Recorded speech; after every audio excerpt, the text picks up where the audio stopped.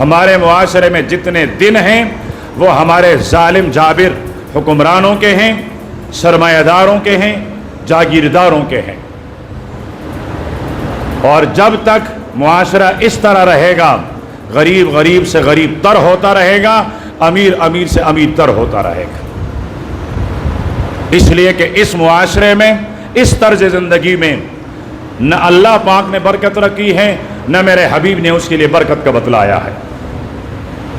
ہم سودی قرضوں میں جگڑے ہوئے ہیں، ہم معیشت کے لحاظ سے اس وقت ایک تباہ صورتحال، تباہ کن صورتحال کا سامنا کر رہے ہیں۔ ہم بحیثیت ریاست ایک بیکاری ریاست کی زندگی گزار رہے ہیں، کبھی کس سے بھیک مانگتے ہیں، کبھی کس سے بھیک مانگتے ہیں، ہمارا گزارا بھیک پر ہو رہا ہے۔ جبکہ ہماری حالت یہ تھی کہ ہم غیر مسلموں کو بھیک دیا کرتے تھے، ہم غیر مسلموں سے بھیک لیا نہیں کرتے تھے۔ وہ کماتے تھے خراج اور ٹیکس کے دور پر، ہمیں دیا کرتے تھے، ہم ان سے ٹیکس لیا کرتے تھے۔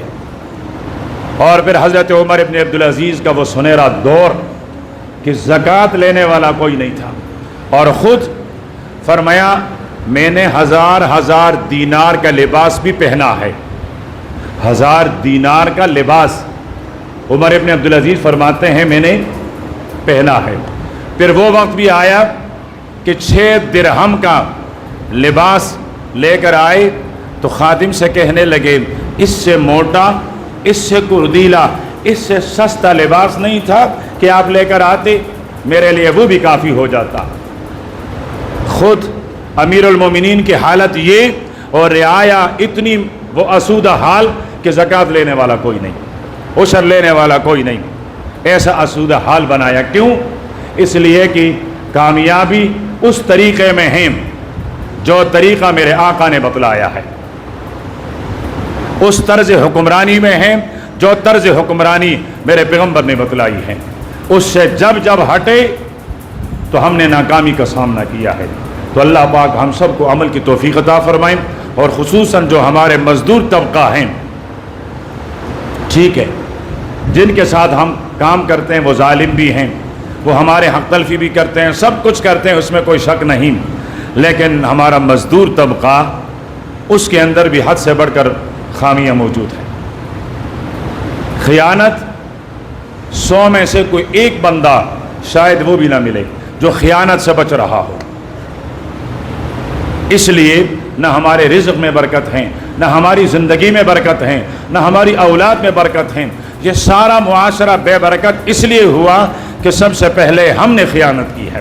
تو ابتدا اپنی ذات سے کرے، خود خیانت سے بچیں، اگلا والا اس کا دل بھی بین اصبع الرحمن، اللہ پاک کی 2 انگلیوں کے درمیان اس کا قلب، اس کا دل ہے، اللہ پاک وہ دل ہمارے لیے نرم کر دے گا۔ لیکن ہم خود اپنی ذمہ داریاں نبھائیں تو اللہ پاک ہم سب کو عمل کی توفیق عطا فرمائیں۔ وآخر دعوانا الحمدللہ رب العالمین۔